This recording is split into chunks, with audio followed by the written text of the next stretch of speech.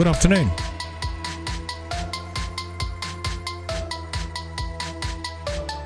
I'm Daniel Miller, and this is the Video Gaming News.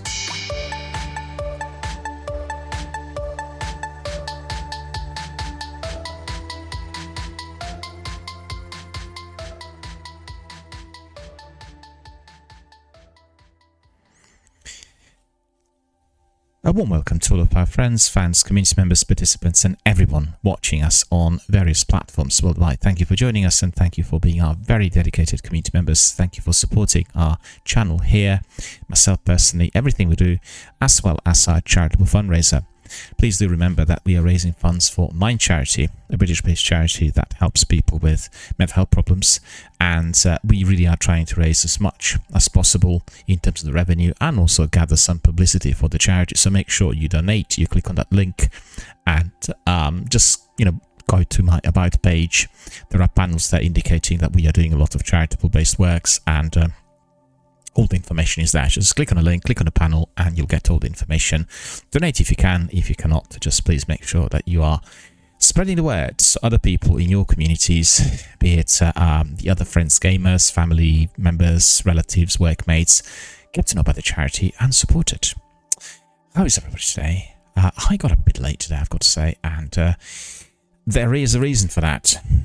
Since I've gone back to my regular streams, I have very little time to do certain things and trying to really cram it in, and there's been little time for me to enjoy my games outside of the regular hours, and I played Death Stranding, and I've been truly delighted with the way the director's cut works. Really amazing and much enhanced, much improved, very different compared to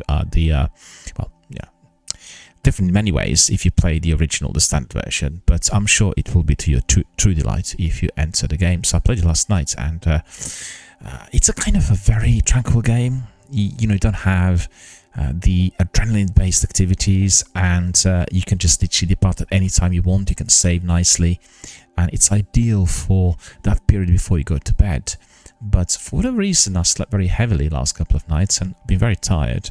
And the process of getting up early was not as functional as it should be. And for all of you who've been here with us for quite some time, you'll know that I have several physical conditions, and therefore, when I wake up, the first thing I do is exercises and physiotherapy, and that takes up a lot of time. And then after that, it's reading of the news, then it's shaving, then it's showering, then it's breakfast, then it's all kinds of things, and altogether it takes about 2 hours at least, and that's before I got to the news. I mean, before I even looked at the news, to be precise, and everything stretches somewhat. Anyway, really bad weather right here. Very, very autumnal, drizzly, wet, rain back again, a bit of wind, and did not enjoy really some of it. But on the other hand, I spent quite a lot of time indoors and was doing our marathon stream. So that's been something new, or I should say the return of the old in a new format. And I had several marathon streams this week, but one of those was cut short by Bungie deciding to launch maintenance on Wednesday without any warning. And I'm not exactly sure as to why they were doing this. I was very angry, as I just literally went for a short break, came back and everything was dead. Completely spoiled my plan for Shadowkeep to be finished and for us to migrate to another expansion, and that is, as you know, Beyond Light. And not really sure what they were doing, but there has been some serious collateral, and that really has not been appreciated by anyone at Bungie. And do you know what happened? Anyone knows? Hands up. Do you want to know? You want to tell you? I'll give you like a minute or two to find out for yourself before I tell you. So take your time, have a look on Twitter, and you'll see what happened. It's actually quite catastrophic. Really surprising that this is exactly what's going on, but there you are. These things do happen sometimes. And anyone found out? Do you know? Have you discovered? No? Okay. Nobody is raising their hand. I'll tell you. There's been a major leak. And the leak had enabled everyone to access the Funny Shape for free. and it went on for quite some time, apparently on PlayStation 5. Unfortunately, I was not alerted on this early enough for me to try, but obviously if I indeed was doing my regular stream, then I wouldn't be able to enter. I would not want to be streaming what is illegal or unauthorized, and many people did that. You know, they recorded sessions and they did clips, so there's a lot of that floating online, and I think this is really terrible. I really wonder how this was possible. It must be to do with coding. Presently, all the expansions are accessible free of charge, and it must be to do with that. You know, all the other expansions otherwise have restrictions placed to them, and if I put them under the same banner, the same code, then of course it was easily accessible and, you know, causing serious problems. We do not want any major spoilers. We do not want people sharing information before that Tuesday deadline, and all the reviewers and the big entities, they have a blackout before a certain hour, which has been agreed between them and the publisher stroke developer, and you know, it's just got to be respected. We want to have a smooth launch of the new expansion. There's a lot of hype about it, I've got to say, and if I'm not mistaken, correct me, certainly if I got this wrong, my feeling is that there's been the biggest hype in the course of the year for this addition to the Destiny universe. I can't think of any other game so far within the last 6 months. But there's been a bit of hype about Hellblade, but that was just literally a few days before the release, and it's been a very, very successful launch. And trying to think of any other game, well, there may be a lot of hype about Black Ops 6, and, you know, but anyway, Destiny is coming in first, so, very disappointing for the Bungie team, I've got to say. I'm surprised that this has happened. I'm not sure who's responsible, and I'm quite certain the heads will be rolling. But, you know, it's just one of those mishaps that can take place and therefore spoil everyone's enjoyment. I think I told everyone that generally, although I watch showcase events and I enjoy introductions, I do not endorse the early gameplay personally, because I feel if I'm watching, you know, the cutscenes and the openings and all sorts, it's spoiling the experience of the game for me. I like to be coming in fresh.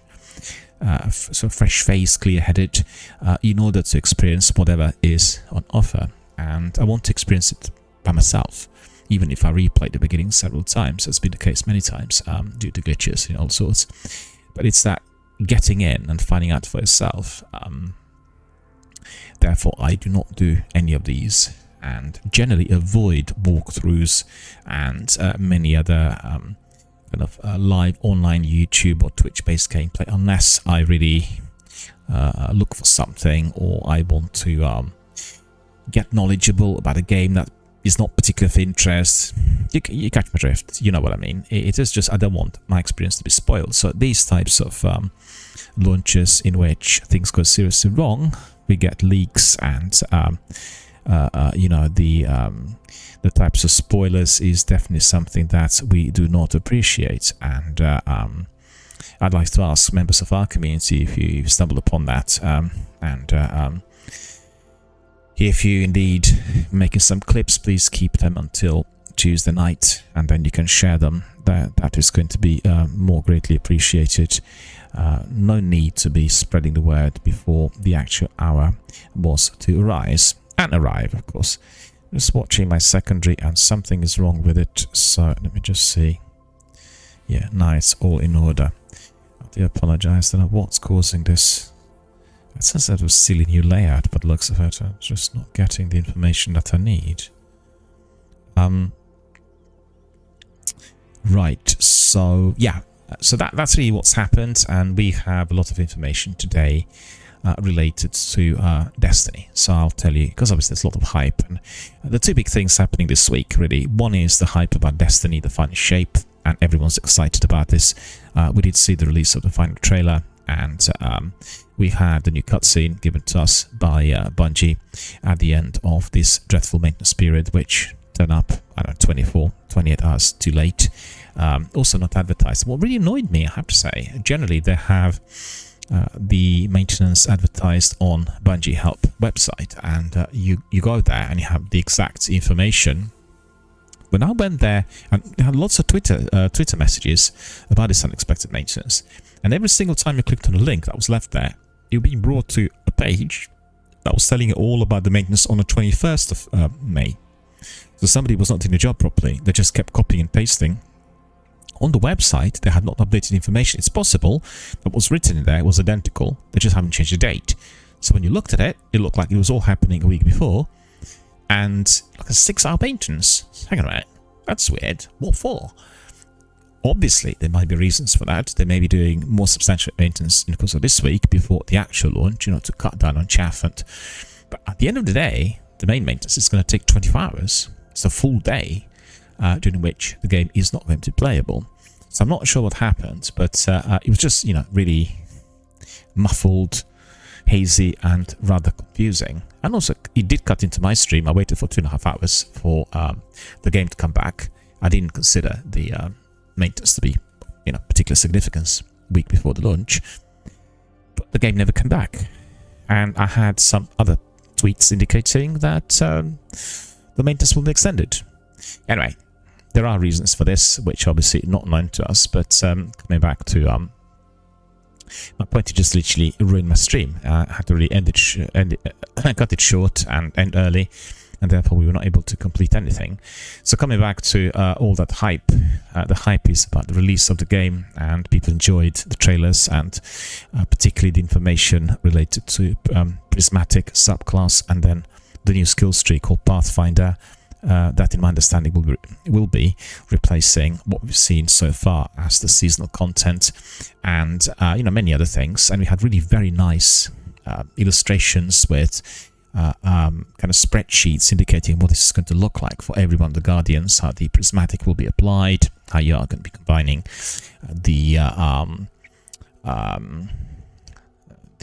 super of the darkness and the super of the light, and how this is going to be applied to all activities. It just seems something quite new and quite interesting.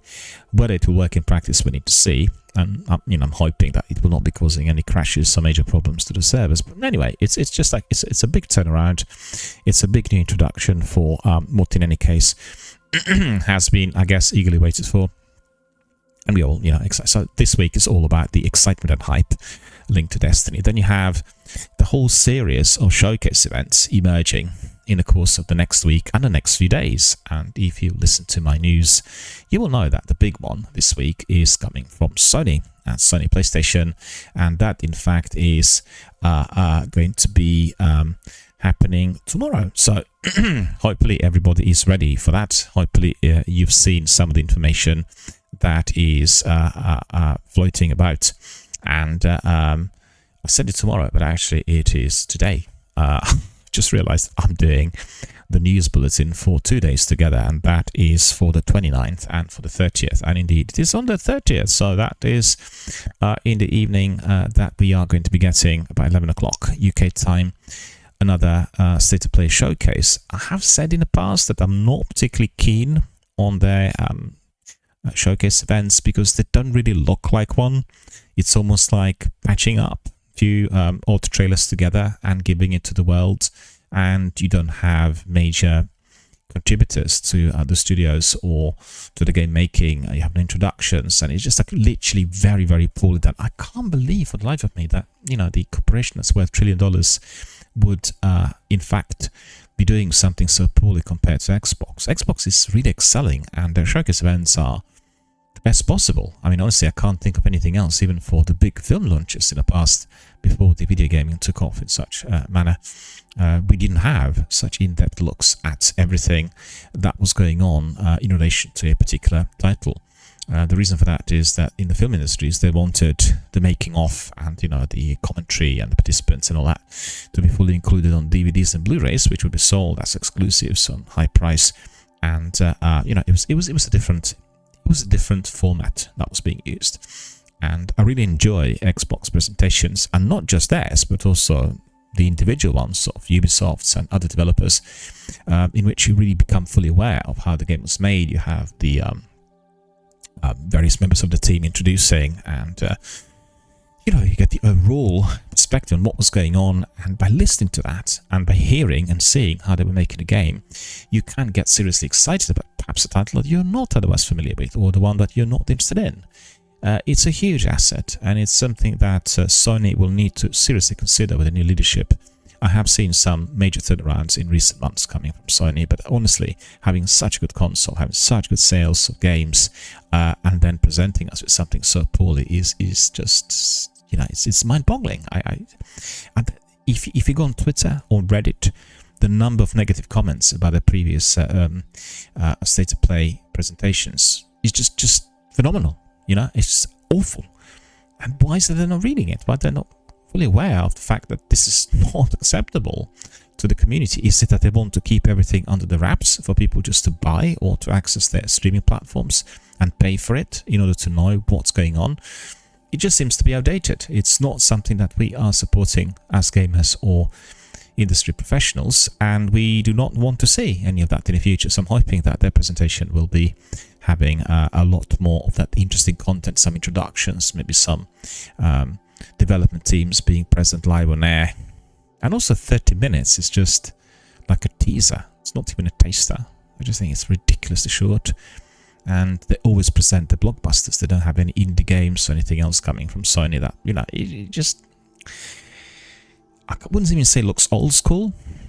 I think I could make a better YouTube video with the various trailers, and if I had a bit of software provided, which would be a lot more dynamic and interesting for everyone to watch. And it's poor. Through and through, it's poor. So anyway, what we always look forward to is to hear the announcements. What titles will be arising? What titles are going to be coming our way within the next 6 to 18 months? And there's some speculation that we'll see Concord, a game that's been kept under wraps for some time, and that also there will be some gameplay or some teasers coming from Monster Hunter team for the new installment in the series. So that's very exciting, and if indeed these games are to come up, I will be definitely very, very interested to see and hear a lot more about every one of those titles, and maybe there will be some surprises as well. Let's see. But seeing the line of exclusives in an era where you hear that other companies are doing away with the model is just crazy. I've got to say that. It's crazy. And there are different ways to which you can attract customers to your streaming platforms and make them buy your games than the system that they are presently still having. On the upbeat note, they did improve very sizably the overall menus and sort of platforming on the console. So PS5 is a phenomenal console if you want to be doing gaming and you want to be streaming.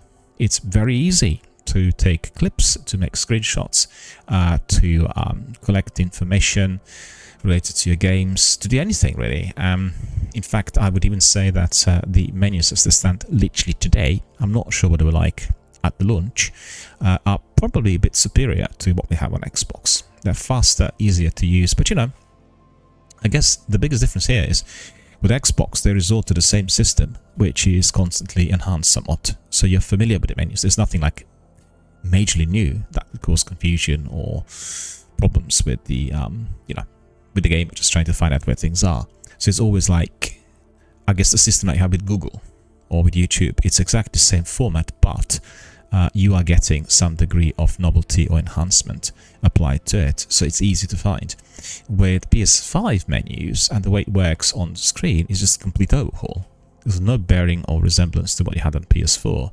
It's much superior in every way. So when I was watching and playing games like God of War and Valhalla, and particularly Death Stranding, I have to say, Death Stranding, mouth-watering visually and sound quality, it's just really amazing.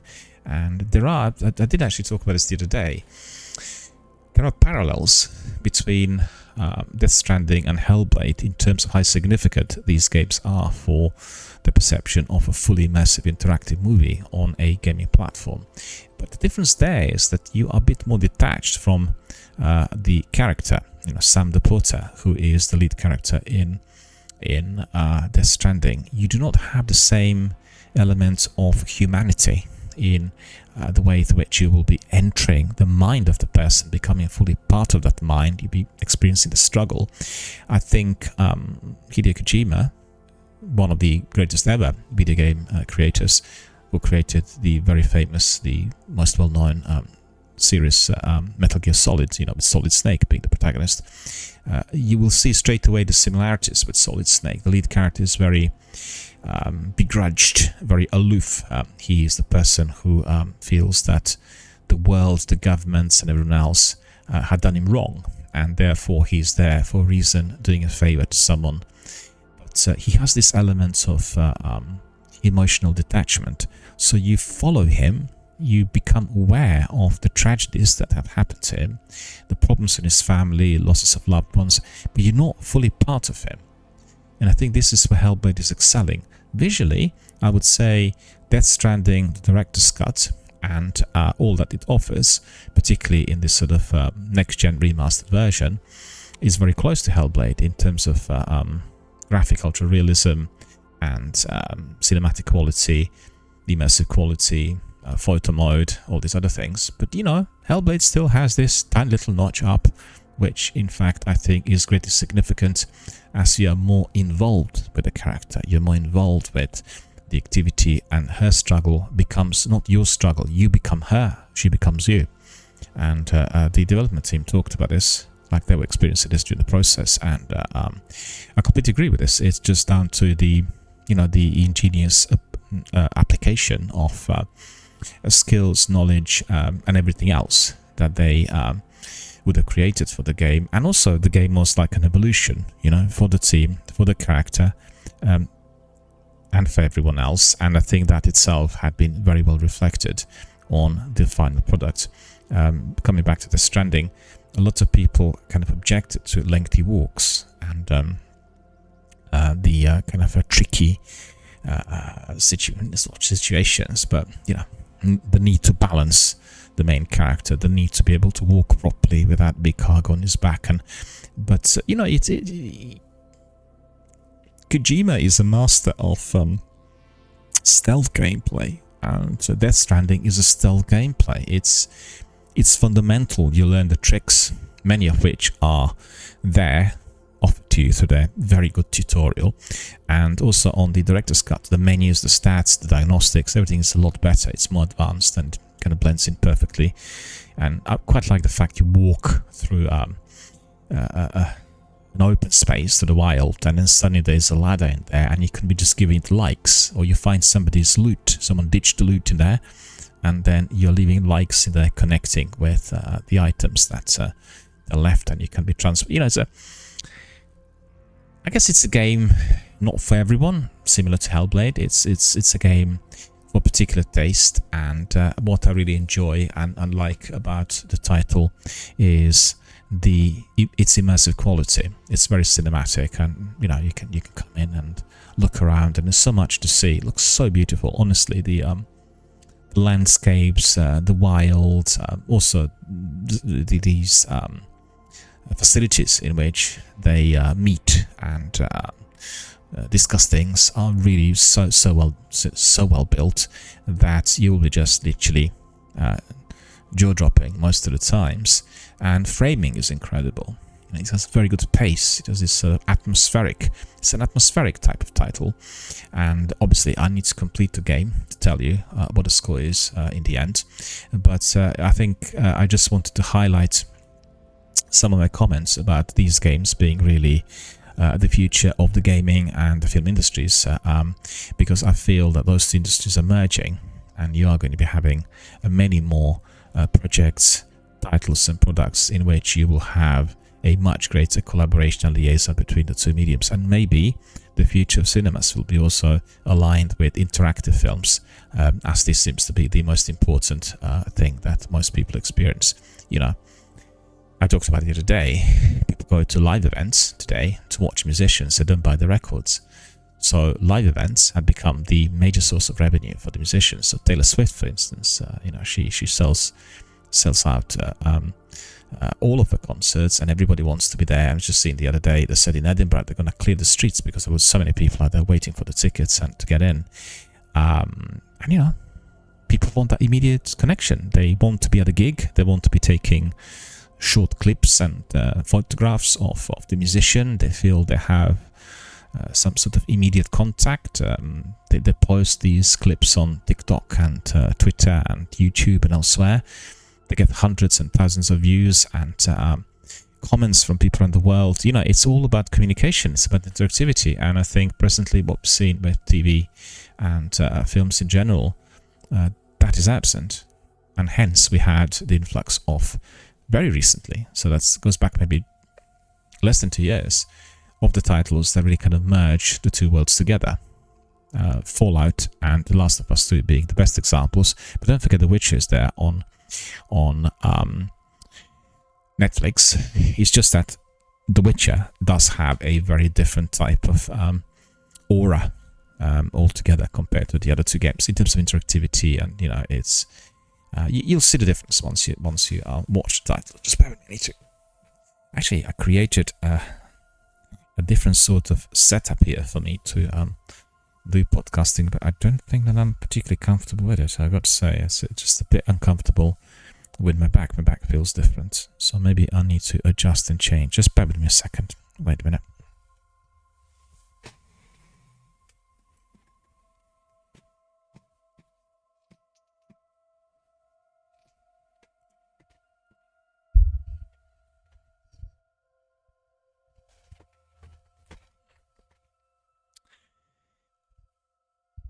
Yeah, I think I figured what it was.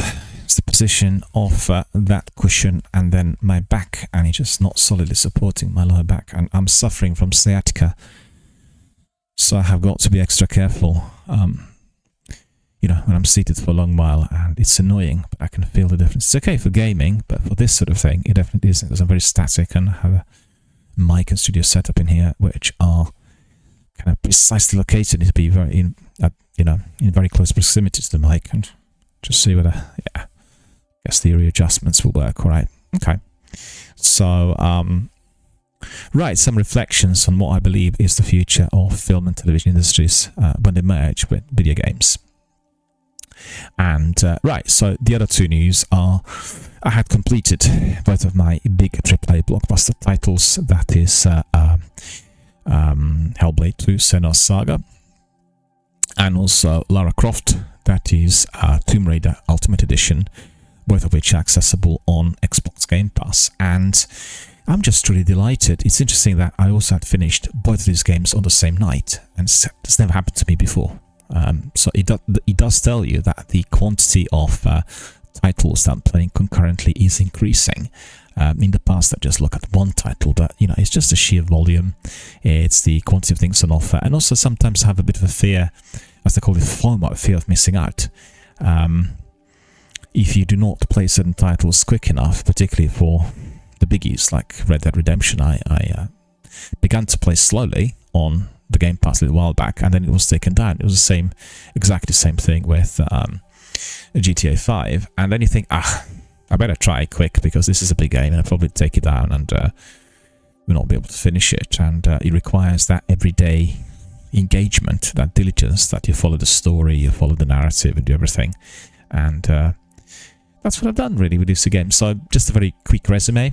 I really talked about it quite a bit already in my previous podcast, but I'm really truly surprised and delighted with Lara Croft's Tomb Raider game.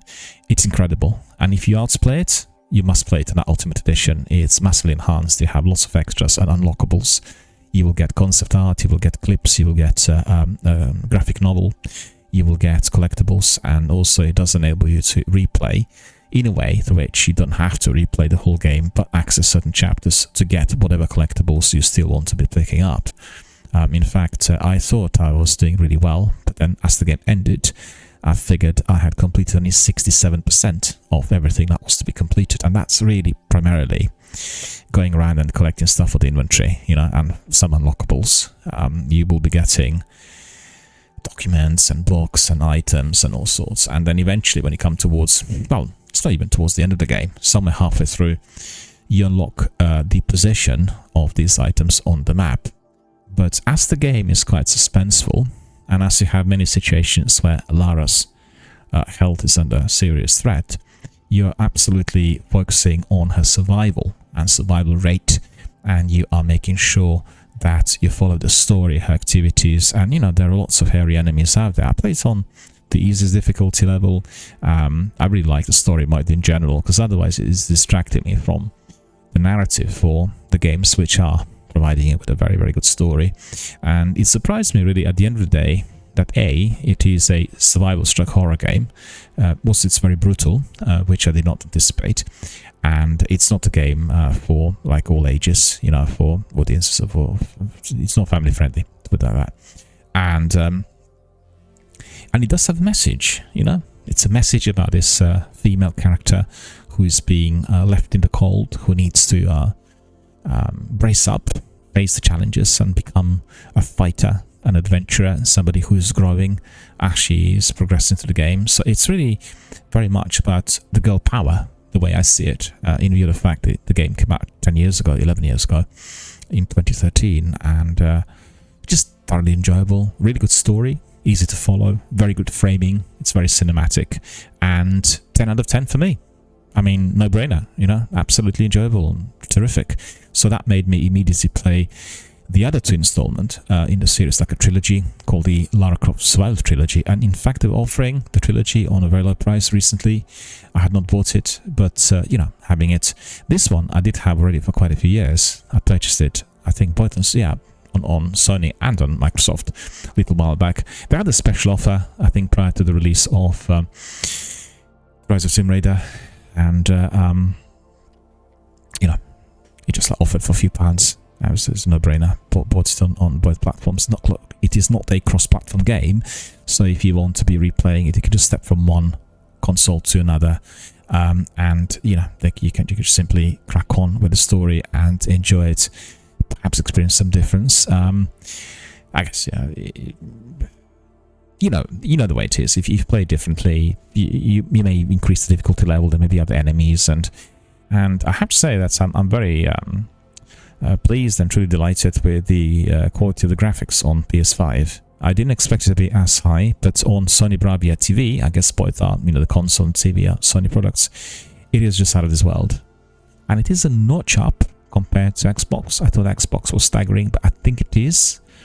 That there is this element. I need to look at the specs to see what the difference is, whether it's to do with 4K resolution or whatever. I don't have a 4K TV. 4K for me is too bright, it's too illuminated. But at the end of the day, when I watch games like Death Stranding, they're absolutely outstanding. It's just the picture quality is second to none. It's so good, And then it just makes you take all these screenshots. So I have loads of screenshots to come to my Twitter. I've taken very many of all three games, in fact, and also quite a few of our Destiny activities. And so that's been my gaming experience. I've not really looked into Haunty and the Little Crab and various other titles that popped up on streaming platforms, but we'll do them as we go along. And sadly, we're coming towards the end of the cycle in which I could try Warhammer games, 9 titles. I've not tried even a single one, and I really wanted to. And maybe the problem is they're not cloud accessible. You download every one of them. 9 titles and various sizes, and my Xbox hard disk is quite full with the biggies like Destiny, for instance, and don't want to be deleting it and then reinstalling it just before the final shape. And maybe I need to get a big external drive, like 10 terabytes. I do like the idea, and I don't like the idea. On one hand, I like it because I can have all the titles that I play on a regular basis, but then it becomes like Game Pass. It's an avalanche of titles, and you don't want to do that. You want to have the titles on your console downloaded, which you are currently tackling. Then you do not lose focus. There's always a new title coming up. Every day there's a new title coming up. On the streaming platforms, they have several per week, and 2 of these combined, even if you were combining Steam and Epic, what will you do first? And I've become really disciplined with this, I've got to say. I think in the past I just hopped from one game to another. Don't do this anymore. I try out various titles which come to the streaming platforms first, just to get a flavor. and then I kind of earmark those that I want to be revisiting. But I have a few which are my priorities. So obviously Destiny is always my priority number one, as I stream the game and talk about it here, and we have a very large community of Destiny veterans attached to it. And then I will have maybe one or two big AAA blockbusters, which I will be playing at the same time, and then there will be one or two PvP, maybe one indie game. So all together comes about 6 or 7 games. And you know, indie games are easy, they're linear, they're kind of finished really quickly, and you can have a lot of fun just by coming in and having a bit of different gameplay. You know, once you get used to the big AAA, ultra realistic, close to life type of blockbusters, coming to something which is very cartoonish, very graphic novel style, very old school like, can be a revelation. It can be like I played A Short Hike recently, a lovely game, loved it. Very simple, but just, you know, jumping around a bit, exploring the local area, collecting things for inventory, talking to different characters, having some tasks. Little kitty, big city, wonderful little game, and also very funny. So, you know, there is a scope for people to find something that is suited for their taste at any time. Alright, so that was my gaming activity. These are the news, and let me just have a look at what I prepared for you for today. We'll talk first of all about Destiny and what is being introduced through This Week in Destiny, you know, the regular weekly posting or a mail shot that we get from Bungie. So that's the big thing today, and I'll tell you a bit more about the presentations, because I'll watch everything that Sony is giving us, and I'll give a full rundown on this in the next section of my podcast. The next podcast basically applicable to the 31st of May. So bear with me. Right. Just see whether that mic is... just was removing it a bit, but yeah, I hope it's okay. So first thing that we heard from Bungie is we have new storage requirements. So the final shape is coming out on Tuesday. And if you're interested, I'll tell you what the requirements for this really are. So let me just see something else in addition to this. Bear with us.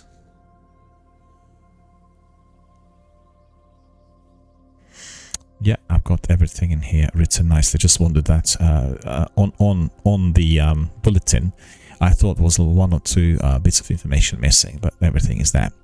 So anyone who wants to be downloading the final shape and preloading before Tuesday, which I most highly recommend, you have got to be preloading. Make sure you have enough space, and be easier for you if you're on PlayStation, let's say with 1 terabyte. You know, you have hopefully enough space on your hard drive to accommodate, but PS4 will be struggling with it somewhat. It's 129.31 gigs, right? So it's very big. It's 130 gigs. For PS5 it's even more than that. It's 143.81 gigs. For Xbox One is 139.52, and listen to this, for Xbox Series S and X it's 165. That's literally eye-watering size. 165. On Steam, it's almost 300 gigs, 299.70, and EGS, that is 279.66, and Microsoft Store, 156.22 gigs. That is if you're downloading it for your Xbox PC. It's very, very big. And also, I have to say that if you were to be downloading it off Steam, 300 gigs. Just think about it, 300 gigs. A lot of people have hard drives which are perhaps not exceeding 500. So that's all to do with the way the new state-of-the-art next-gen graphics work. And I think everybody will be delighted if everything preloads as it should. And just make sure you start preloading today, if you pre-order, that is. For the rest of us, we are going to have free access to the majority of the content, but nothing campaign related or campaign based. As you know, everything which is the Final Shape campaign based will have to be purchased. But they're actually opening up various sections of the game for everyone to use, irrespective of the campaign. But the tricky thing there will be, I think, similar to what we did have with the recent DLCs. If you're wanting to increase your Guardian rank level, or if there are some activities like dungeons, well, you won't be able to go in particularly during the initial period, unless you have been purchasing the expansion. It's very expensive, I've got to say. Considering it's an expansion, it's not like a brand new game. So that is all about the storage. Then we have This Week in Destiny, and I will tell you now exactly what the novelties are.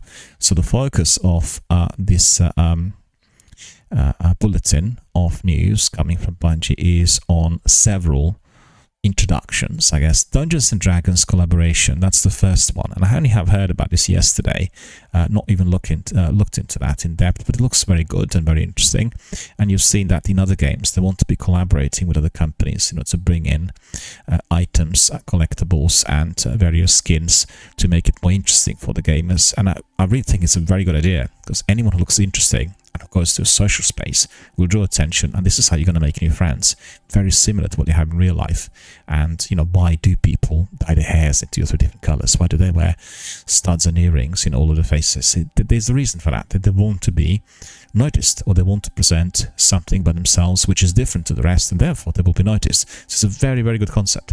Can be very expensive if you become addicted to these treasure packs and skins and everything else. As we've seen in Belgium, they prohibited children from purchasing, and if I'm not mistaken, they even prohibited the sales of some of those altogether online, because they had suffered tremendous liabilities financially in view of the kids having access to parents' bank details, or they use their Visa cards, and then they spent huge amounts of euros on those. Hence the profits for Infinity Ward, 2 billion within the first year, as the game that was offered free of charge, Warzone, was released. So Apex also made 3 or 4 billion. It's just like a massive amount of money, not within 1 year, but the overall period. So pros and cons, but I'm definitely in favor of this. I'm in favor of these collaborations. I think they open up many horizons of new ideas, and they certainly will be of huge benefit to everyone when they want to make such contact. And it's very beneficial for our community, because we are a community of people who are, I guess, experiencing some form of health difficulties, some degree of vulnerability, and this is a perfect way to find out what your new friends are going to be like. You find somebody who looks interesting, you approach him, you talk to him, and you bring him to your community, and therefore they become members of Twitch and Twitter and TikTok and Discord in particular, and carry on together. Then we'll have the Final Shape Artifact perk preview, Raid World First Race details. I told you all about that last week, if you remember. It's like a big thing. It's like a tournament. Displays Pantheon Poster. That's the company that makes these big steel signs, very big ones, which look absolutely perfect on your wall. Fighting Finder voice chat update. So that's something new. And then Cosplay Cosmodrome, right? So that's very interesting, because I have not seen many people on Twitch or Twitter doing Destiny cosplay. I haven't. Correct me if I'm mistaken, but the vast majority attached to some other games like Apex and Overwatch and Baldur's Gate. Not sure what the reason for that is. And as you could see, Bungie is definitely becoming more attached to the idea. So without further ado, let's have a look at all these news that were coming from Bungie to us today, in fact.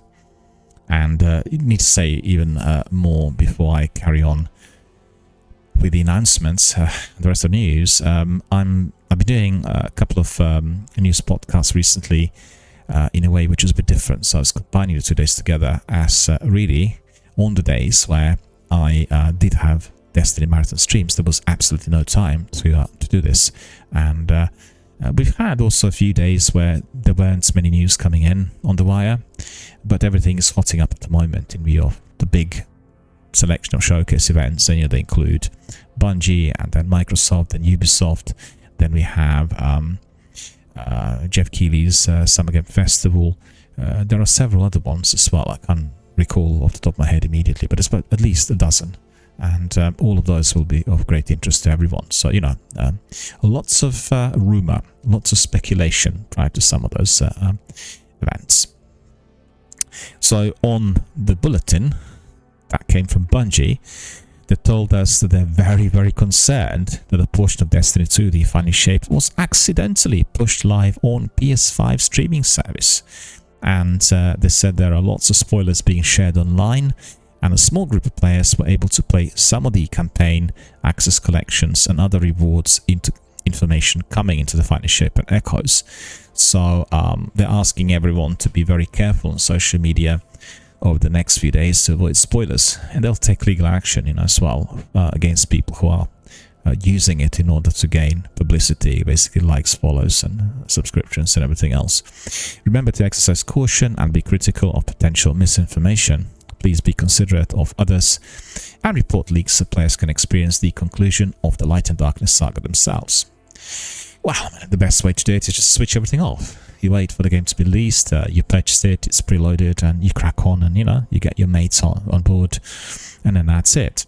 So they're also thanking to all of our community members who have already helped us by reporting leaks, and those actively working to prevent more of the experience from being shared before its intended date.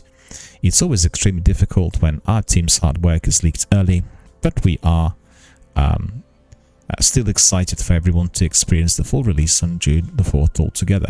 They said there's like a small group of gamers, but don't forget, as soon as you get to leak, as soon as something is accessible, the word spreads immediately through social networking forums, and people start messaging on Discord and Twitter, and you get literally millions of people trying to access it ASAP. So, I'm sure it's linked to the free expansion access, because this is also an expansion, and there's been an omission somewhere, in them applying the proper code. If it's gone in with a whole lot, all the other expansions are freely accessible, and it was also through the streaming service, so I'm surprised, really. I need to see.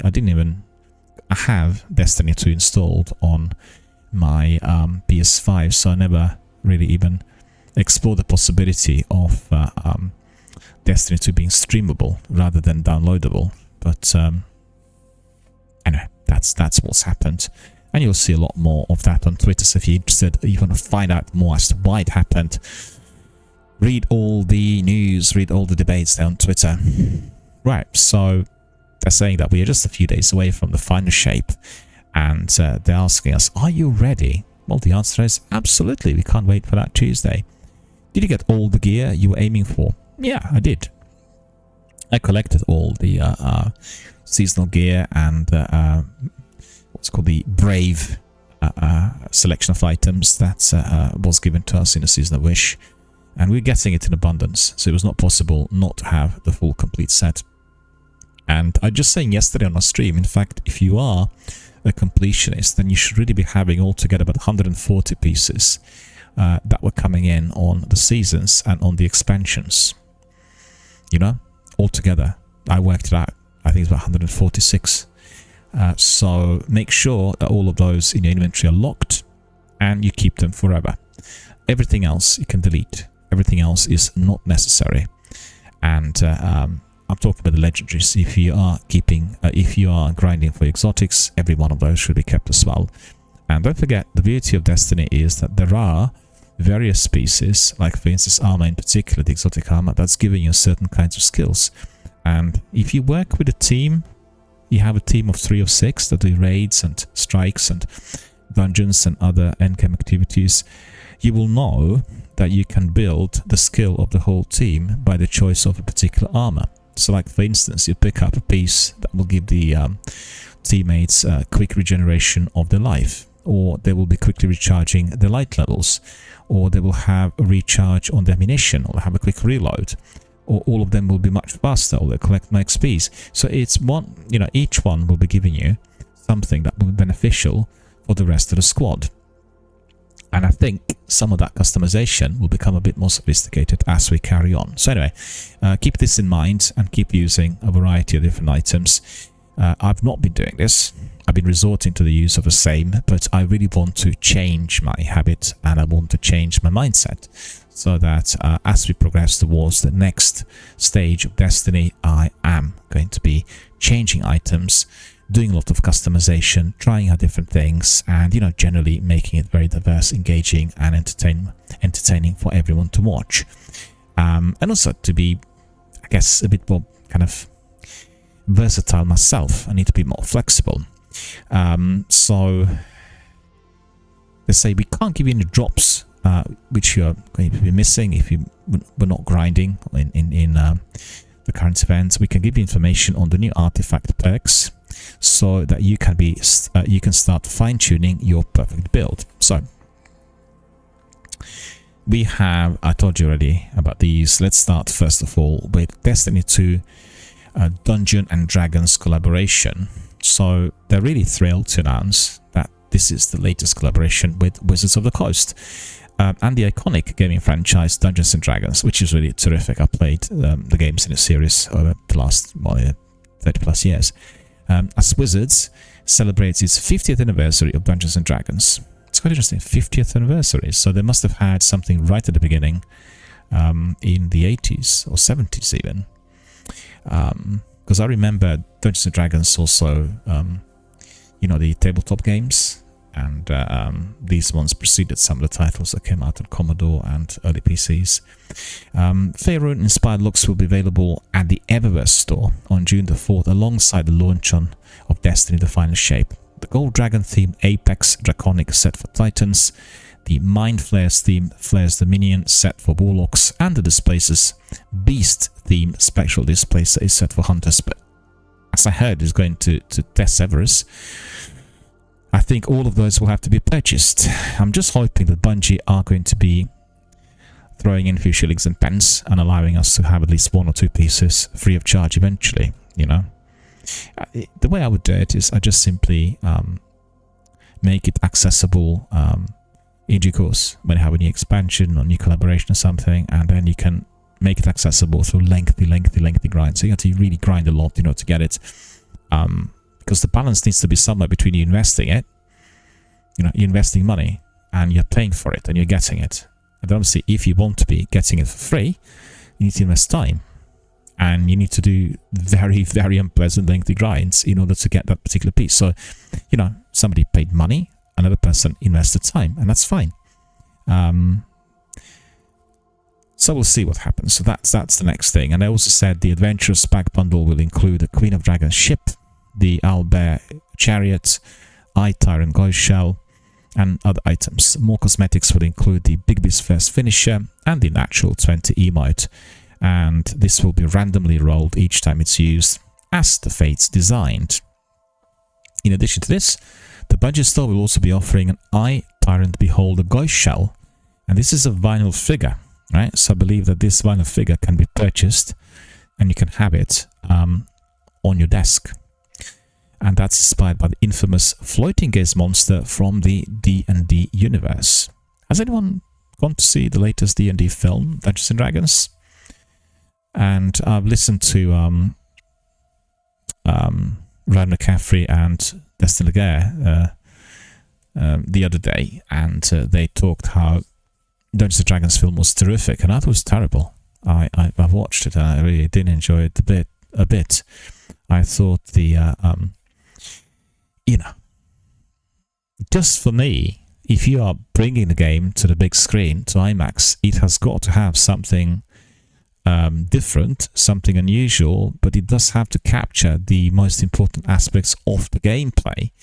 So, if you're bringing Hellblade to IMAX, it has got to be as interactive, as immersive, and as humane as possible. It can't be just a reproduction of what you've seen in the game. And so therefore I didn't really like Dungeons & Dragons film at all. It was terrible and it worked out. The Final Shape artifact preview. So we have the Final Shape right around the corner, and they're giving us an early look at the artifact perks, which you can expect on launch day and throughout Echoes. The three elements in focus for this artifact are Solar, Void and Arc. And you will also find a focus on melee and swords, as well as long-range weapons such as sniper rifles.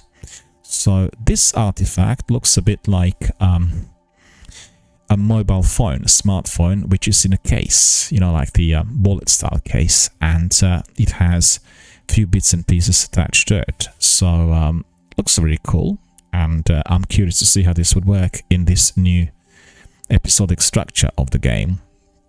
So you have several columns, right? And it's a lengthy list of things which you will be getting. So I don't want to bore you with this, just quickly race through that. So you have, for instance, column 1, you have anti-barrier pulse rifle, and then unstoppable sidearm, unstoppable scout rifle, overload hand cannon, anti-barrier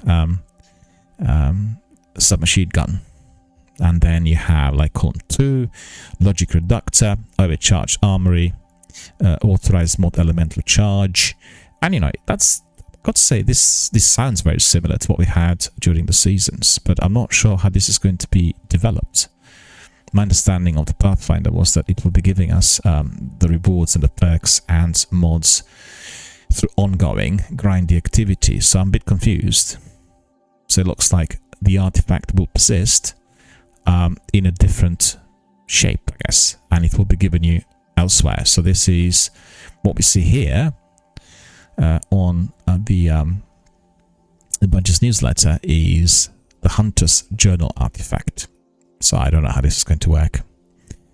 Alright, so Salvation Edge World First Race details. So on June the 7th, so that is 3 days after the launch, brave fire teams who look to become the first to complete the new raid and take home the coveted World First belt. So it's going to be a big competition. We have some key details to help in your planning, including requirements for raid entry and updates to the World First Race completion criteria. So if any of our community members are veterans of Destiny 1 and Destiny 2, want to join in, you need to register, you need to be cleared, and then you will be able to participate on the 7th. But you need to register today, like ASAP, before the registration procedures close, and then you can come in. So let me just see quickly. First of all, contest mode will be enabled for 48 hours. You will need to be 1965 power level to be at the cap through all the encounters, so the top power level. And I think 965, that will be also if you completed the final shape, the campaign. Correct me if I'm mistaken, but what was the latest? I can't remember what the latest cap was.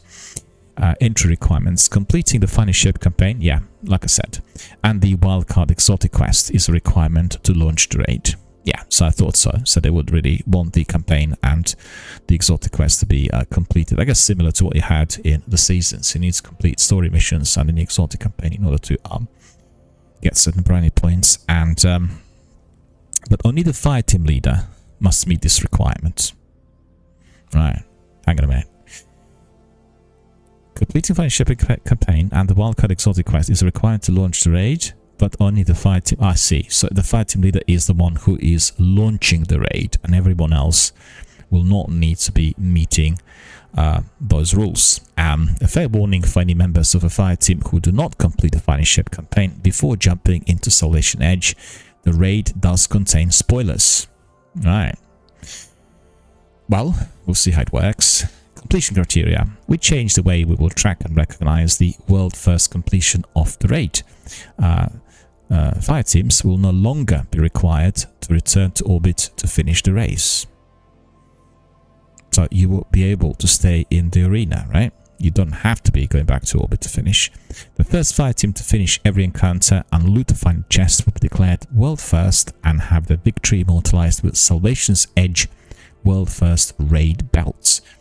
Last week they had the images of those belts that looked really appealing, similar to what you get when you're doing heavyweight boxing. And, you know, one team is going to be able to get it. That's the fact. They'll be the first ones to complete. And you really wonder how difficult the raid is going to be. So similar to Crota Send, we will be working to quickly check with analytics before we announce the winning team on our social channels, and we'll then start at our more thorough security review. We don't want to make everyone wait around while we dig into this data, but if we do find that any cheating or violations have occurred, we do reserve the right to disqualify a team and crown the next fire team in line world first, even after an announcement. Well, that's all fair and square, but they really should be applying some methods earlier than, you know, after everything already wrapped up. You need to be monitoring how people are doing the game and watching. I guess it depends on the number of participants. If you go like many thousands, then it's very hard to watch every one of them. But that's certainly what needs to be applied. I fully agree with this. For full details on eligibility and requirements for the World First Race, please visit the official rules on Bungie. There's a link in there for you to be visiting that. I want to invite every one of our community members who is a veteran of Destiny 2 to join that. It will be tremendous fun to play that race first before anyone else, and you know, also an opportunity to meet new friends and get some degree of exposure and have a lot of fun, and you know, just very exciting to being involved in a World Cup, so to speak, and of gaming, and sounds good to me on every level. And yet again, Bungie are asking everybody to complete the Finely Shaped campaign and then Wildcard Exotic quest prior to the raid, just to have the best possible story experience before really being given some spoilers. So, so there will be also the same on Twitch Rivals, and they've partnered with them on a World First Race broadcast covering some of the streamers participating in the race, and there are going to be commentators. And that is, as usual, going to be Professor Broyman and Rec1568. So Professor Broyman is a very dedicated Destiny streamer. You probably came across him on Twitch if you watch Destiny streams. And, you know, he will be doing that together with Rec. If you're a creator wanting to be part of this event, you can sign up until June the 3rd. Remember to link your Bungie and Twitch account so you can receive rewards. I need to look into this, because if there is a possibility, I would also like to be restreaming these events. So I need to look into this, and I will do that, I think, today. And if there is a possibility for me to be restreaming some of that, and if the Twitch and Bungie are allowing this, then indeed I will do that in order to get some new members to our community, and also to have a bit of fun. Do something which is different to the usual, but you know, what I've been doing here already for 6 years. Registered and approved creators will be provided with the following exclusive Twitch drops while the World First Race is taking place. So you have emblems which look really pretty, and these are going to be given to the following people: watch at least 2 hours of any Destiny 2 streamer, and then it's called Stand-in Salvation Emblem, or watch at least 2 hours of Destiny 2 Twitch Rivals stream, or any participating Twitch Rivals creator. You get another one, looking very pretty, Roots Remain Emblem, and then you get Rest the Heart Emblem if you subscribe to your favorite Destiny 2 streamer, right? So that's really quite interesting. And then they have also some other goodies in addition to these Twitch drops. They are releasing a global chat emote to celebrate the race, and you'll also have a chance to earn some epic global chat badges by watching or streaming. So you have Popghost global chat emote, looks a bit like popcorn, and that is going to be available to all users of Twitch, anybody who is watching anything related to it. So scanning Ghost chat badge, stream Destiny 2 for 30 minutes, right? Ghost chat badge, watch 15 minutes of the Finely Shaped raid on Twitch Rivals. Yeah, these are quite good. I mean, you know, these emotes are really good fun when you are later using them if you're a streamer or content creator, and they draw attention similar to armor and outfits, and I highly recommend everyone to subscribe and try out some of those activities in order to get these as rewards. The Pantheon displayed metal poster. Well, just like all the other ones, they look absolutely amazing. And I've got to say, this one is very unusual.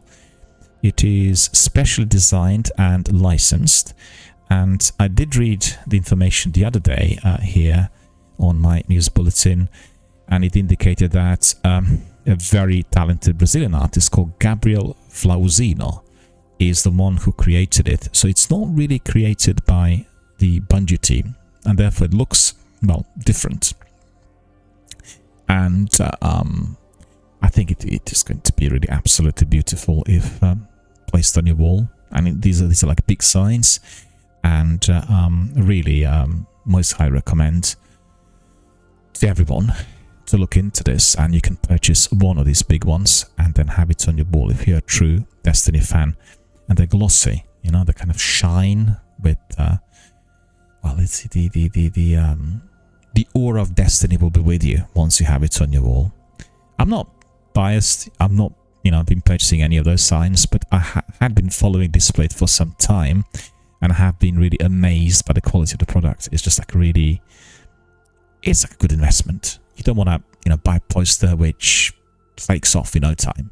This is going to stay with you until the end of your days, as it's being printed on metal as well. And it also has a format with a new 3D enhanced texture finish, so it's got special safety right on top that will make it everlasting. So we have some news on the Pantheon Creator Challenge, which has been concluded. So with the launch of the Pantheon, they pitted 2 teams of creators against each other. This was, I think, last week. No, it was going on for 4 weeks. And now after 4 weeks, they've given the crown to a winner. So the team that actually won it is Team Sweat.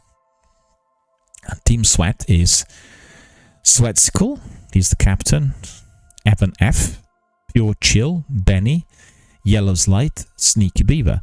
Well, I have to tell you that 3 of these guys have been on my Twitch already for some time. These are like the biggest, amongst the biggest Destiny streamers, so no surprise that they won the reward, because obviously they have been with Destiny from the beginning, and they have very large communities and dedicated Destiny veterans and also content creators. So I'm very, very happy to hear that Sweatsicle was able to get this far, and indeed that they are being now given the rewards and promoted as the best team during that mini competition. Beyond the bragging rights, the team's captain Sweatsicle will also be earning an incredible life-size physical fabrication of the favorite Falling Guillotine Brave Arsenal sword. And Falling Guillotine is the favorite sword of everyone's in Destiny 2, similar to the Dark Drinker, the weapon of Destiny 1. So he will be given a replica, like a real-life size, which is massive. And I really look forward to seeing it on his Twitch. I have got to say, I really look forward to it. It looks amazing. So there is some other news linked to Fireteam Finder, and they're telling us that there is going to be a voice chat update. And they said that they're making coordination. If you want to be making your coordination with the Fireteam Finder to be easier, then this is going to be helping. And as you know, at the moment you have message boards on Fireteam Finder, and then you're attempting to join the guys who left the message board. And the difficulty there is that some people depart and they leave the message board there. So I mean, I've been waiting and queuing up quite a few times for certain teams, for me to be slotted into a certain team, and then suddenly everything disappears, or you get a message saying no spaces, space is no longer available, or this posting had been taken down, or whatever. So it's a good system, but didn't really work for me, and it does require a lot more of that fine tuning. Not sure what the problems were, but you've seen that on some of my streams. We tried to get some people to join us, and it was exactly the same problem. So I'm not sure really as to why this was really hampered by some technical issues, but I think it's very important that we have it advanced and further developed, so we can have a lot more of that community input, and we can bring in people who are not known to us through accurate message boards. Because I have to say that what they did put in there as a requirement was detailed, and that was really absolutely tip-top. So you wouldn't have gone in order to join a team that, for instance, wants somebody who's an experienced raider if you're not. Do you see what I mean? So it really selectively brings in people in order to make the teams to be as good as possible, as closely tailored to the skills which the participants will have. So there's going to be that voice chat, and any player will be able to use voice chat to coordinate their plans and then discuss options before launching into the activity. So once in a Fireteam Finder lobby, you can press left arrow D-pad left to cycle through the Fireteam Finder, and yeah, it's going to be similar to what you have with the voice in the game, basically. Right, so there is Cosplay Cosmodrome, right? The first looks of Cosplay Cosmodrome were also revealed this week, as Kami-chan and Grits showed off their Crow and Cade cosplays. fans of Destiny 2 characters are the cosplay community. I look forward to more cosplays coming soon. Well, I say check out this blog for more information on cosplay. So let me just have a look at it. I'm curious, is that their blog or some other blog? Because I have not seen many people doing Destiny cosplays of late. So let me see. In here, they said, we are sure you waited with bated breath to see your favorite characters come to life. We'll be brimming with excitement every time our inbox hinted at the possibility of new photographs. It's hard to overstate how much we enjoy seeing the immense passion cosplayers have for the craft, as well as the love people have for our characters. This year was more exciting than ever, with everyone working on specific characters. Today the wait is over. We are about to reveal the first 2 masterpieces our cosplayers have been working on. So that's coming out on May the 29th, right? So that should be already up and about. So let me see, where's the link for that?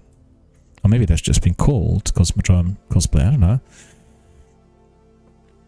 So we have Kami-chan and Ilgritz, and you have some photographs of the cosplay, and I've got to say they look absolutely amazing.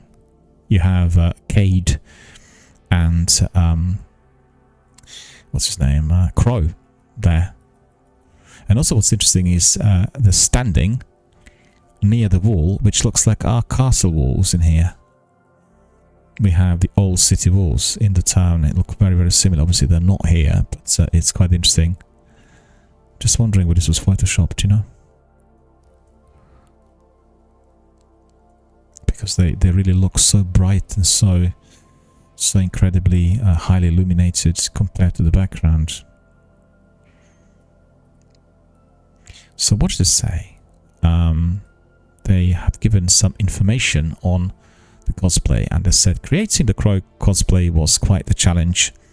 The costume is so different from Cade's. A funny thing happened while we were crafting the Crow cosplay. Well, funny now because while it was happening, we went from panic to despair. We did not intend to hand attach more than 1200 scales, so we thought of sewing them, but the sewing machine didn't agree and abandoned us, forcing us to sew them by hand. Well, it was a big job. In the end, I really enjoyed the process of creating the costume, and even started to bond with Crow, which, as an absolute Cade 6 fan since 2015, was a big step for me. Right, so that's interesting. They look really good. You got to go to Bungie.net, and it's on the news section, and the article is called Cosplay Cosmodrome Commences. And really good photographs of these guys. They look really absolutely terrific, honestly. Yeah, very close to real life as well. Look at the photographs, look at that Crow. Really good. Well, I want to see a lot more of this. I've not seen many of these on my Twitter. Maybe I've not been paying attention to some other cosplayers, but for that reason, well, the fact is these costumes are very difficult to make. So if you are considering, you know, how to make that mask that Cade wears, well, you will have a lot of difficulty. It's quite hard to make.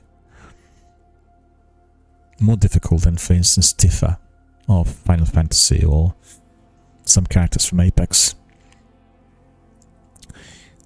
Right, so that's probably all. They said, let them craft. This is just the beginning, Guardians. We still have a lot to show you in the upcoming weeks. In fact, we'll update this article every week from now until June the 26th.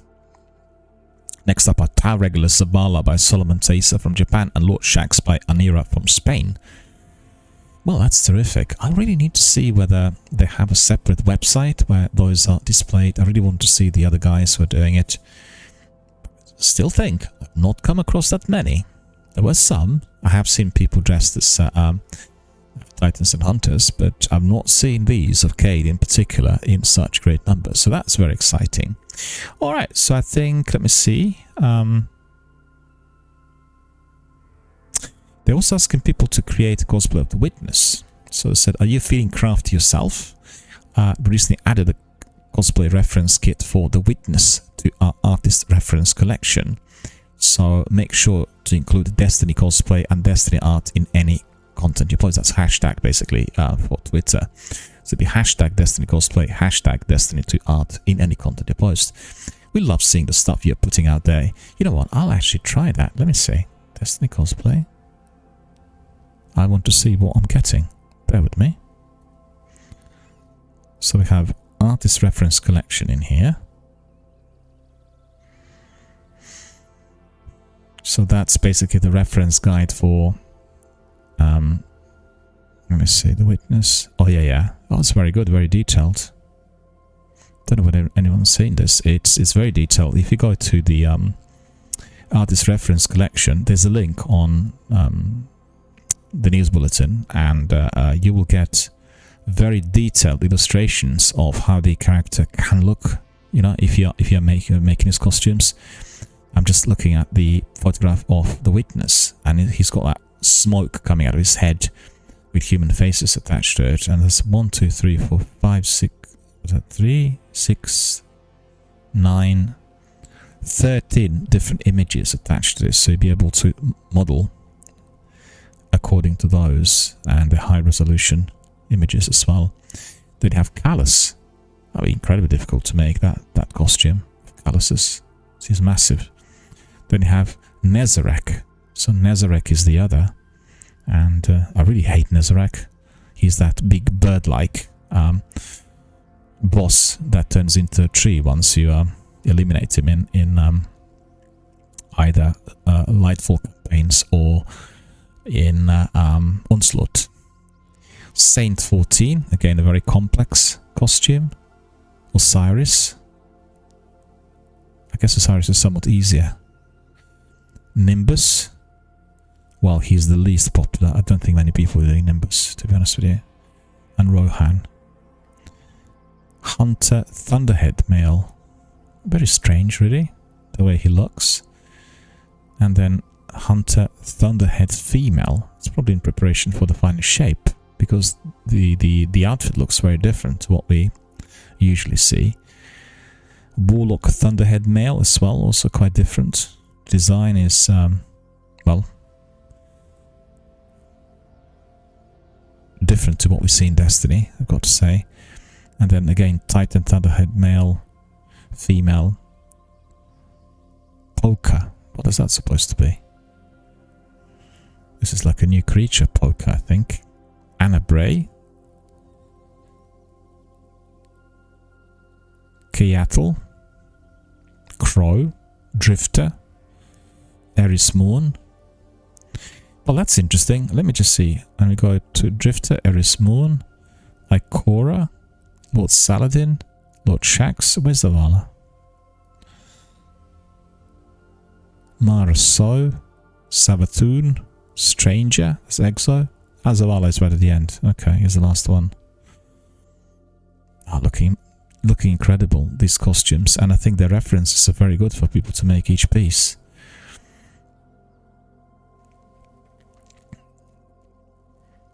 Well, it's a section that gets updated on the regular basis. So in here it says it's been updated on 27th of April of 23, and then 24th of April 24. So really looking very, very good. I'm really excited. Just like I said, I want to now try, just a minute, we try this, and let me just see.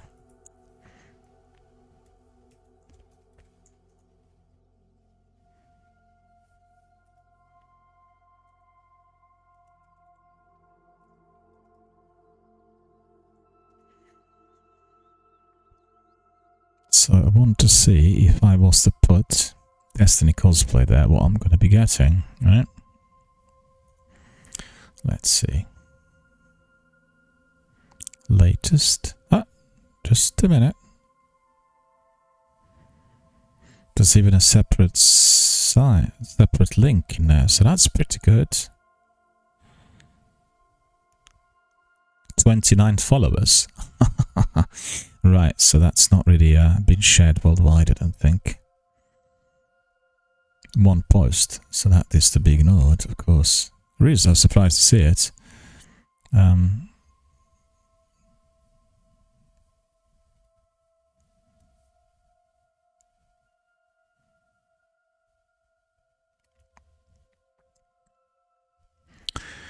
No, I'm afraid that is not it. Right, so let's see what we've got there with this Destiny cosplay.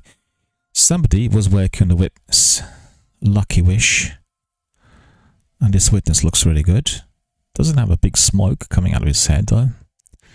And then Spartan Gensel has a very, very interesting, looks like one of those nasty knights. And then what's this? Sabatoon. Okay, well, we don't really have... Oh, there is a way through which they were making the costume. Yeah, but you know, the thing is, there aren't that many. So I was right. I was just looking at the postings, you know. These postings really are spread out over about a period of 4 months. That's another one from 1922, 2018. So, as I said, I did not come across very many people doing Destiny cosplay. If you were to put hashtag Final Fantasy cosplay, you will get literally thousands straight away. But the ones on display with the tag are absolutely awesome. Kami-chan, and he's the one who created the cosplay that is featured on this week's news bulletin. He is there already with his perfect costume, the Hunter costume of Cades, dated April the 12th, 2022. So, you know, really, really good, really awesome. Alright, so that's probably what we have here, and then that's really all I have for you today. I have to say, the next big, news bulletin will be dedicated to Sony's Showcase event, and like I said, today, well, mind you, I can still give you a few other snippets of news that came in addition to this, so we're not just talking about Destiny. Right, so let me just tell you a bit more. Just realized I just didn't talk at all about anything that's come in, and it's a bit silly, because we'll have a lot more on PlayStation come in, and well, the first thing, I guess, in anticipation of the showcase, is that there are going to be several PS2 Classics games brought into the catalogue on PS Plus, which is their streaming platform, and the three that they're advertising at the moment are Tomb Raider Legend, which I played in the past, Star Wars The Clone Wars, and then Sly Cooper and the Thievius Raccoonus. And that's of particular interest to anyone who enjoys Star Wars series, or somebody like myself who's just completed Tomb Raider Ultimate Edition. It'd be very good to just pop in, have a look, and remind myself of what this was like many years back. And also, I just want to tell everyone, the other day, so this would have been on May the 28th, there was a Ninja Theory stream, which went through, was it Xbox On? Yeah, I think it was Xbox On Twitch. And the actress that plays Senua in Hellblade, Melina Jurgens, and then Aurora, who is a Norwegian singer-songwriter who has a song in the game. They got together, did a stream, which is approximately 1 hour long, and they played the game together. So everyone who is interested in Hellblade and has played Senua so far needs to go to Twitch and dig up that video. Xbox On, that is, on Twitch, and you will be able to get the video. It's very interesting to see well, the interaction and what they talk about, as well as the musician who created some music for it's the song that's played right at the end of the game with the end credits. It's of Aurora's, I should say. Is it Aurora or Aurora? Aurora, I think it is. And Melina is there as well. So that is for you to dig up and explore. I thoroughly enjoyed it. Watched it the other night. Watched it live, in fact, and it was very, very enjoyable. In fact, I realized that Melina was a photographer who, if I'm not mistaken, I did see a couple of times at some live events many years back. So this would have been 2008, 2009, and she looked very different, must admit. And then you realize that after kind of looking at the CV and exploring a few things about the background, and you know, just wonderful to see that she was able to ascend, get to this level, and also to be featured in such one of the most important titles to ever come out of video game industry. So truly delighted, and a massive big congratulations to Melina for her portrayal. I have not seen a better portrayal of mental illness in either a film, television program, or any other medium compared to what you see here. It's incredible. It's the sheer, horror, the sheer terror that this person experiences. So well captured. Her face is so expressive. She's almost like Lillian Gish, and loved every bit of it. So they have also some Hunter Prismatic subclass previews on Destiny Bulletin. I told you all about it the other day, so I will not elaborate. And then we've heard already about the collaboration between Dungeons & Dragons and Destiny. But what I did not mention is that Ubisoft will be doing their major Ubisoft Forward Showcase event, and that will be taking place on June the 10th, 2024. So that is basically a day after the one provided by Microsoft and Xbox, and they will be giving us a lot more news on a variety of different titles. Bear with me a second. On a variety of different titles, and those titles will also include The Division and Assassin's Creed. So that is going to be on June the 10th.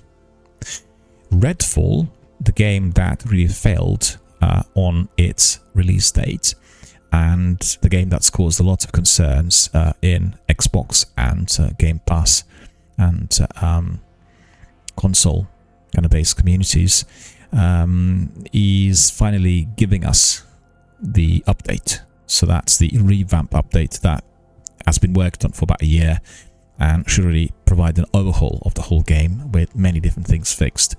There has been some concern expressed a couple of weeks ago as they were closing down the studio that the update will not be finished, and therefore the gamers who paid all that money for Ultimate Editions will not have the game polished up and made fully workable. But that's been dispelled obviously by the studio, and they have launched the update, and they said the many months of work by the team on this, big systems refactor, more encounter types, general improvements, and much more. So let me just see what else they said. I'll give you a quick rundown on this. Just bear with me a second. Now I've lost it now. I really apologize for that. It's just it's very, very poor how some of those things work on Twitter since Elon Musk really got involved. It's really ridiculous. I need to get this back up and running. Just bear with me.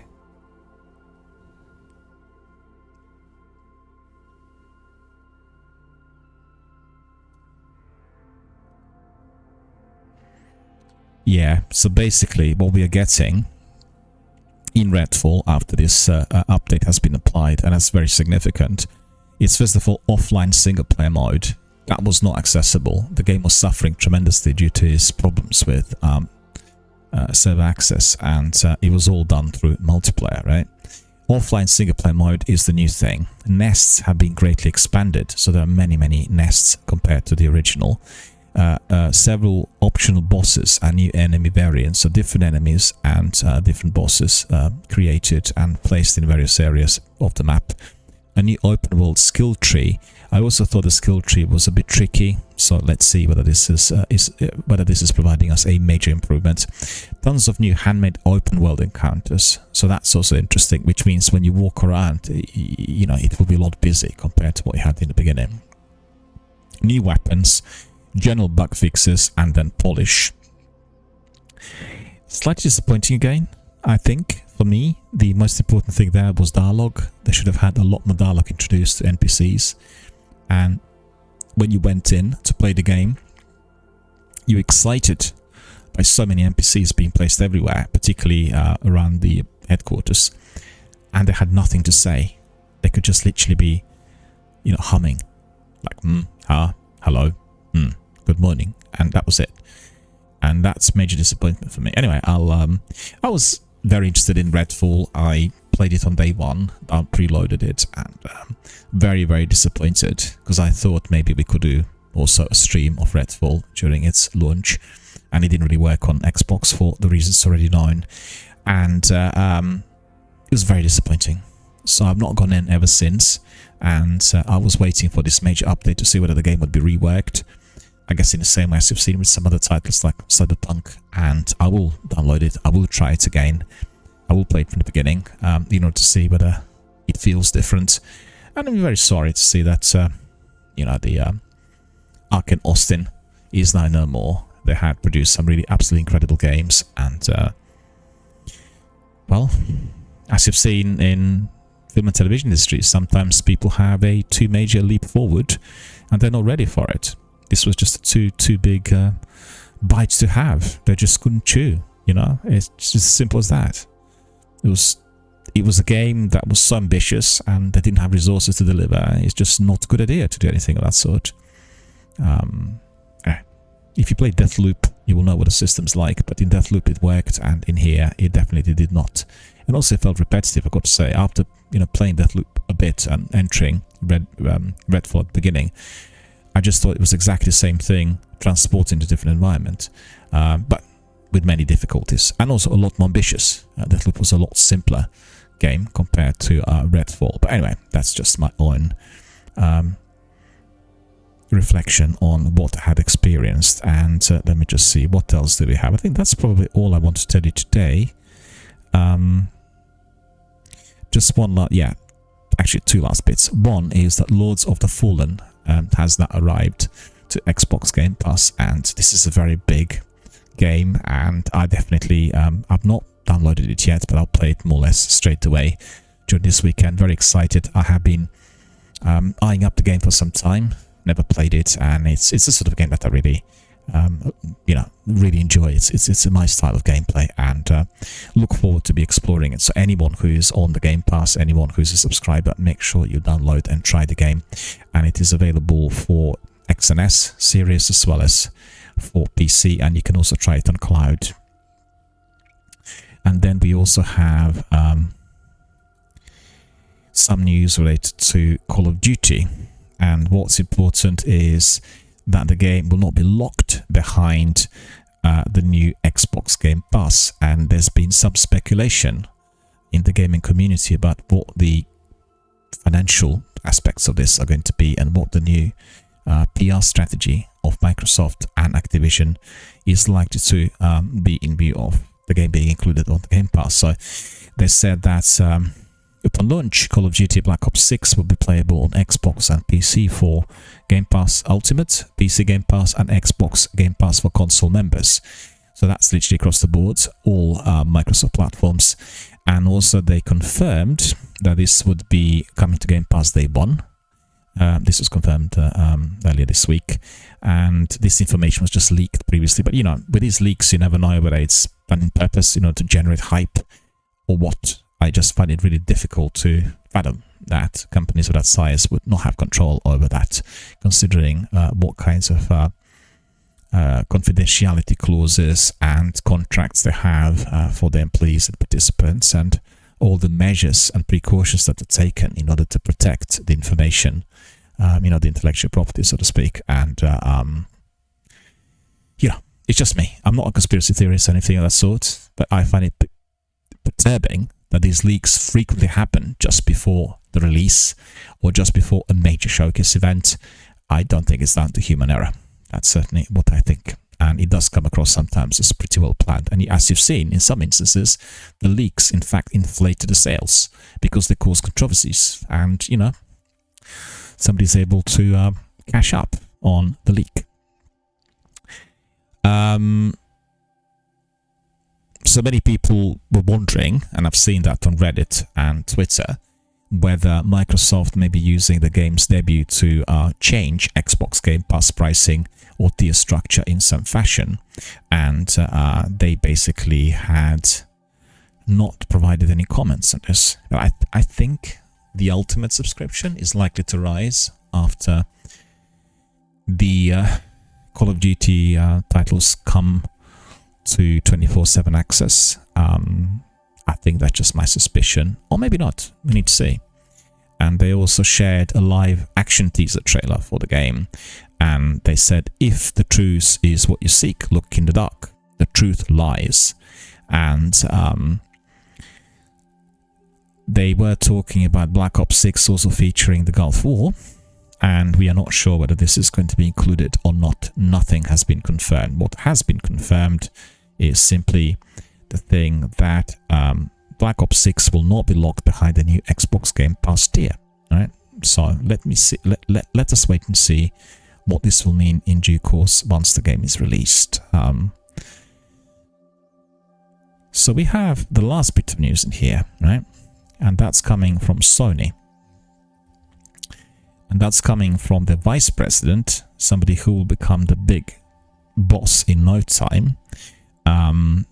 You're fully aware of the fact that there's been a big change around in Sony after Jim Ryan departed, and there have been certainly some views that Sony were not up to scratch with the economic model which they were applying to some of their services, and it's not really reflected that badly on the sales. As you know, PlayStation's doing a lot better console-wise than Xbox, but they're also considering the next stage, how the games are going to be accessed and from where. And Xbox and Microsoft are a few steps ahead. So I think that's really the reason for some of those debates and worries coming from the PlayStation shareholders, of course.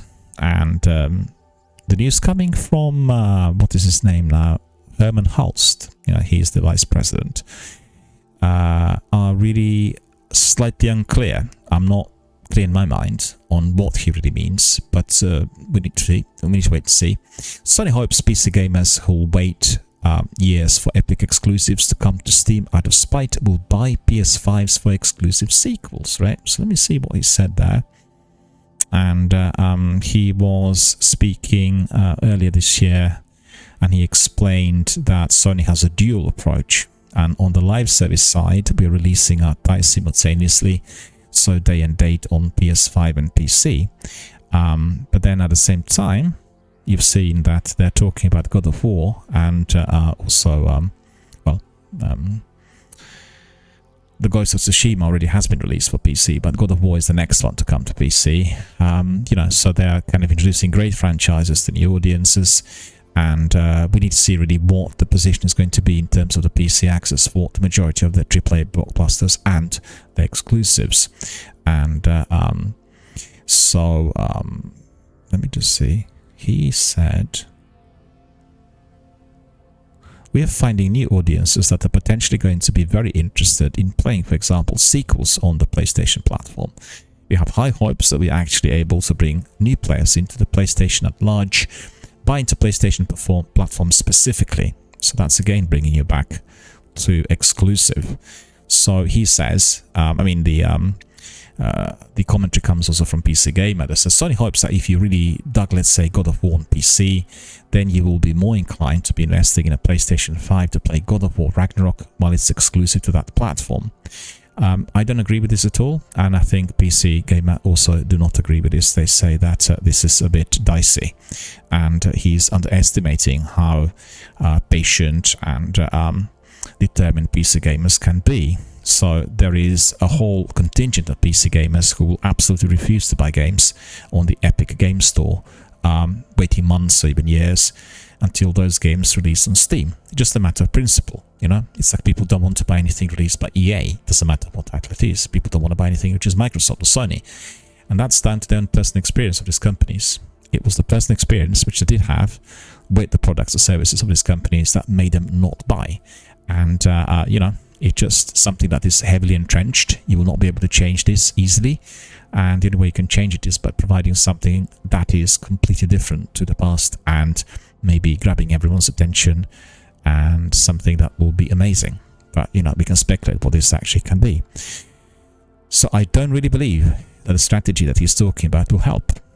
I think that allowing people to download certain games to PCs exclusively through Sony titles and needing to have the membership of the PlayStation Network, like an active Sony account, which is what they were talking about. You've seen the huge amounts of grief coming out of the community for Helldivers 2, where this was initially said would be a requirement, and then they scrapped it all together, and we have that tremendous dissatisfaction. So I think it's not properly thought through.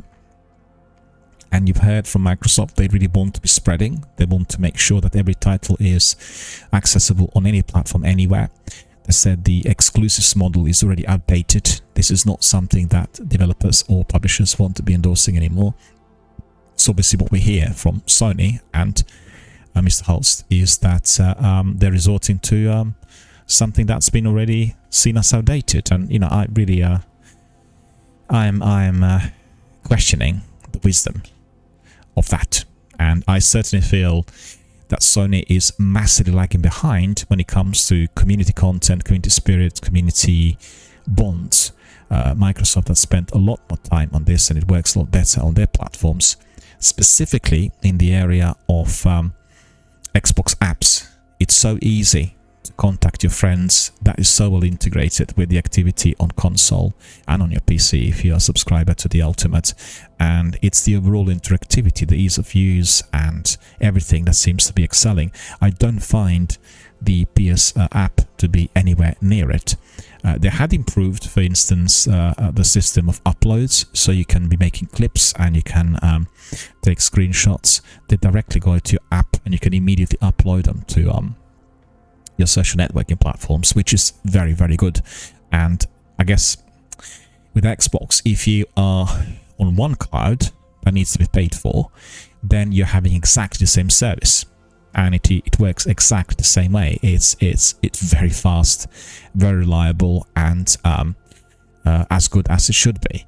But don't forget, PS App is provided free of charge, and one cloud you need to pay for. So I guess there is catch-22 in what Microsoft's offering, and there has been a serious problem with the storage of your files. That means your screenshots and your clips on the console, because they were not allowing certain quantity to be saved unless you were purchasing one cloud. So again, there was the system of monetization behind it. It doesn't cost much; it's only a couple of dollars, but per month, and you know, it works perfectly. So coming back to Sony, that's definitely working in Sony's favor. But on the other hand, the comms, the connectivity, and everything else that you would need to have within your gaming community on the app is very, very poor, and you know, it doesn't seem to perform or work as good as it should.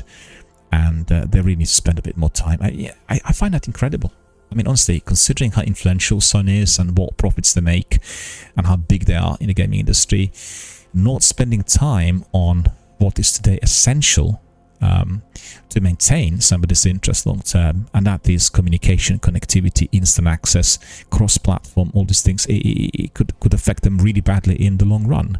And so far, it's not materialized, and you've heard from the vice president. He believes that the quality of their titles, which are delivered just through PlayStation, i.e. the exclusives, will always draw attention.